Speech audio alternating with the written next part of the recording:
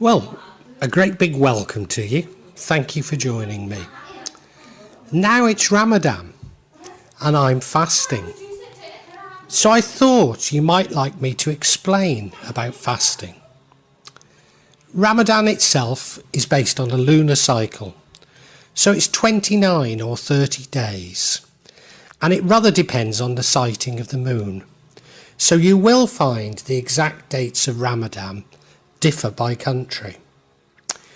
It isn't normal for it to differ within country, but I am aware in the UK of something of a power struggle between Muslims in Birmingham and Bradford, who often declare different dates for Ramadan. Now, the Islamic day begins after sunset, so Ramadan starts after a sunset, but the fasting before sunrise ends after a sunset as well. Now, the Islamic lunar calendar is 10 days shorter than the Gregorian, and that's why the reason you might have spotted that Ramadan begins earlier, a little bit earlier, each year. Anyway, I hope you enjoy this. Now, this is part of a new section to the magic of Java called The Real Magic of Java. In this new section, I'm going to focus on real people performing what they believe to be real magic in Java. I'll attempt to explain some of the elements of this Javanese magic, particularly what I describe as the Kejawen elements. However, I need to warn you that inevitably my explanations will be partial. Maybe sometimes some elements of what I say will be incorrect, for which I profusely apologise. But this reflects the oral tradition of magic in Java, the mystery, and at times, I have to admit, subterfuge surrounding the practice of magic in Java. Please accept my apologies, but I do hope you enjoy this new section. Now, I'm sure you know Ramadan's about no food. But it actually also means no drink, not even water, no smoking, no sexual contact, no bad thoughts, no sinful behaviour between sunrise and sunset. Although some Muslims, particularly on the Arabian Peninsula, believe that it means no sexual contact or sinful behaviour at all, regardless of the hour, for the entire month. Now, it doesn't apply to children. Normally the definition is prepubescent. It doesn't apply to the infirm.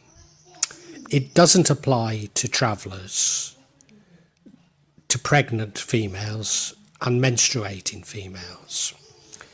If for another reason you should miss a day, you can make it up later.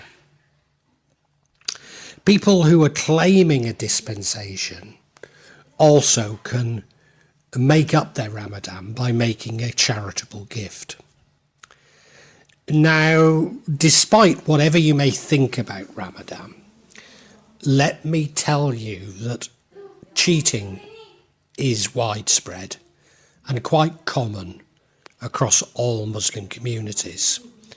That's not to say that people don't take it seriously, but if you wander around Muslim communities and look carefully enough, you will frequently see some sort of cheating. Now, perhaps the worst bit of cheating I'm aware of is that because on the Arabian Peninsula it's felt to include no sexual contact at all, Arab women refuse sex to their husbands during the entire month. So it is quite common to organise Ramadan sex parties with prostitutes. Now, my own feeling is that it would be much better not to disengage from sex altogether, and therefore not to have these sex parties with prostitutes. But it's just my interpretation of it. There's also some strict sort of interpretation. Well, they're not strict. Most people believe them. But you should not clean your teeth during Ramadan, between sunrise and sunset during Ramadan. But that leads to something known as Ramadan breath. Also, if you're on medication and you need to take it during those hours, you're not allowed to. Now, I've got to admit that I do both. I don't drink the water, but I just don't think it's fair to other people to have Ramadan breath. What does sunrise to sunset mean? Well, in Java, sunrise is round about 4:30. It differs ever so slightly on the equator, but not that much.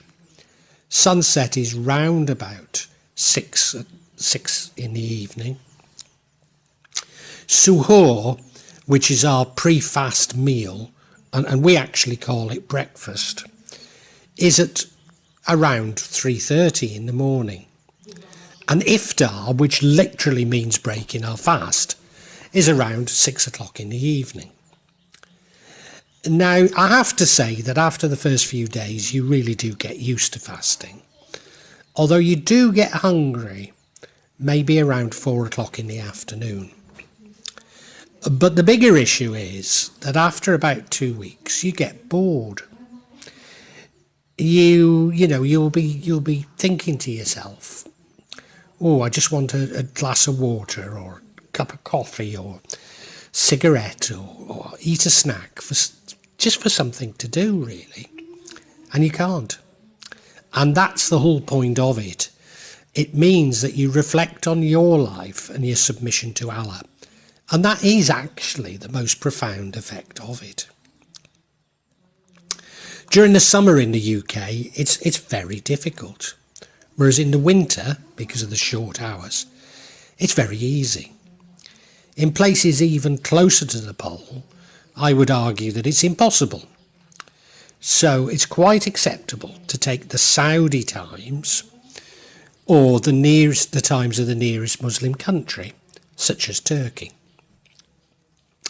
Here in Java, we get up at around 3:30 for suhoor, and we go to bed after Fajr, so after our morning prayers, and maybe sleep until 8 o'clock, with a midday nap. Now, I know that sounds strange, but we normally go to bed after Isa, so that's at about 8 o'clock at night, and get up for Fajr at 4:30, and take a midday nap. So it's not that different. In the Arabian Peninsula, it is quite different. It's common to stay awake all night, then sleep after Fajr until Zohor, which is at midday. I've got to say that you feel much better after fasting. And in fact, I even begin to look forward to it. It breaks me of bad habits. I feel spiritually refreshed. And there's much more emphasis on the 5 daily prayers that I do each day, plus the additional evening Tawhid prayers. So overall, it's a time that I do look forward to. I'm not saying it's without its privations. But yeah, it's almost as though you've been developing somewhat bad habits for the entire year, and this breaks you of them. So it's a nice time. Now, in addition to my obligations as a Muslim to fast, fasting is very central to my Kejawen beliefs. It's to discipline the mind and body and to rid yourself of emotional desires. But it's also seen as essential to protecting yourself from black magic, and indeed for those who practice the sending of black magic. Now, Pasa simply means fasting. So one of the most common forms of pasta Pasa is Pasa Senen Chemis. And that simply means fasting Mondays and Thursdays. And that involves 24 hours of total abstinence from sunset on Sunday to sunset on Monday, or sunset on Wednesday to sunset on Thursday. It's so common that many people believe it's an Islamic requirement. Now, this is quite common in Kejawen because of certain Kejawen practices will be identical to practices in Hindu Bali. And the Balinese will think that these are entirely Hindu practices. But they both come from a common Javanese root.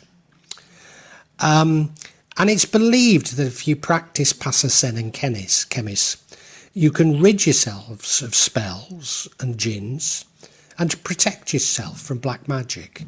But as I say, it's also used by people casting spells on others. Another form of fasting is Pasawetan, and that's fasting on the day of your birth, according to the Javanese calendar, which is every 35 days.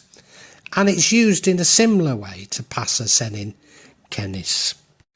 Now, this is particularly, it works particularly well if your birthday coincides with one of the holy days.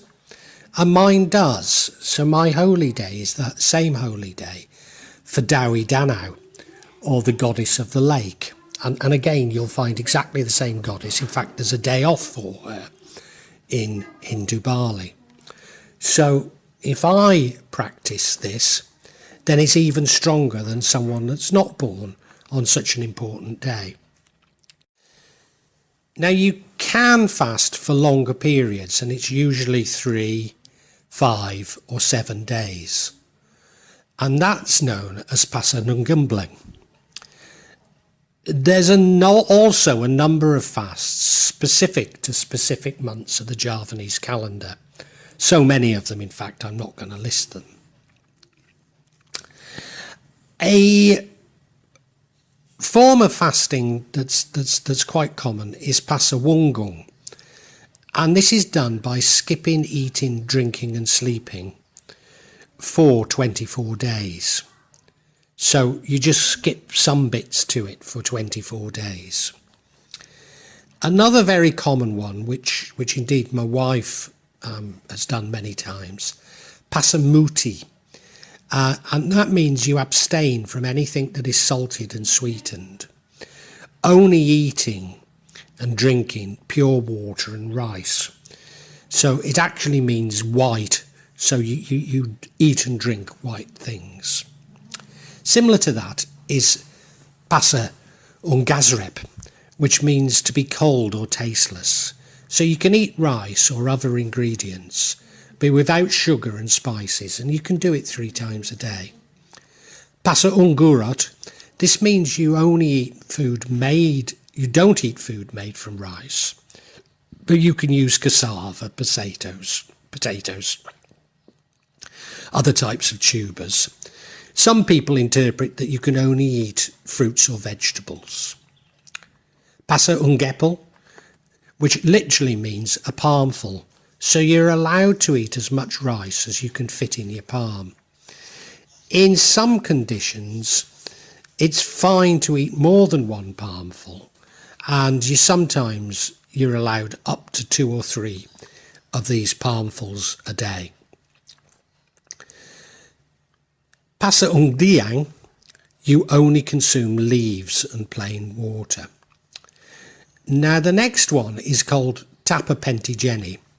Now tapa doesn't really mean fasting. Tapa really means a form of meditation. But this is combined with fasting, so it's also called Pasapatigeni. And you avoid the light of a fire for a day or days, isolating yourself in dark rooms. And as I say, it's often combined with fasting.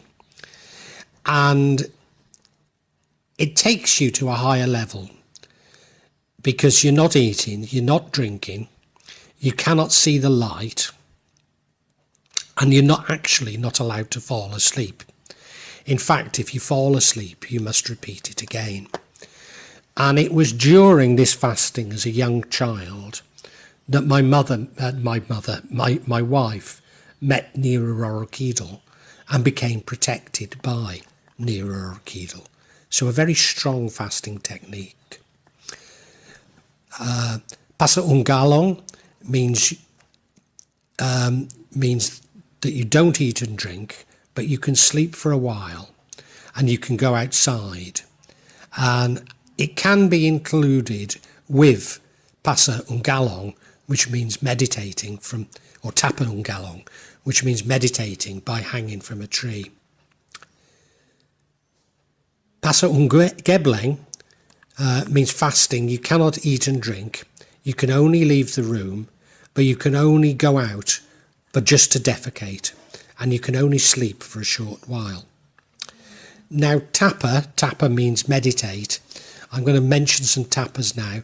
Tapa Ungableng, stand or walk on one foot from sunset to sunset, or 24 hours in silence. Tapa Jegjeg, one isn't allowed to sit for 12 hours. That's not bending the legs. Tapa Lenlonlo, one has to do a walking trip from midnight to 3 at dawn. And one usually does this for self-reflection.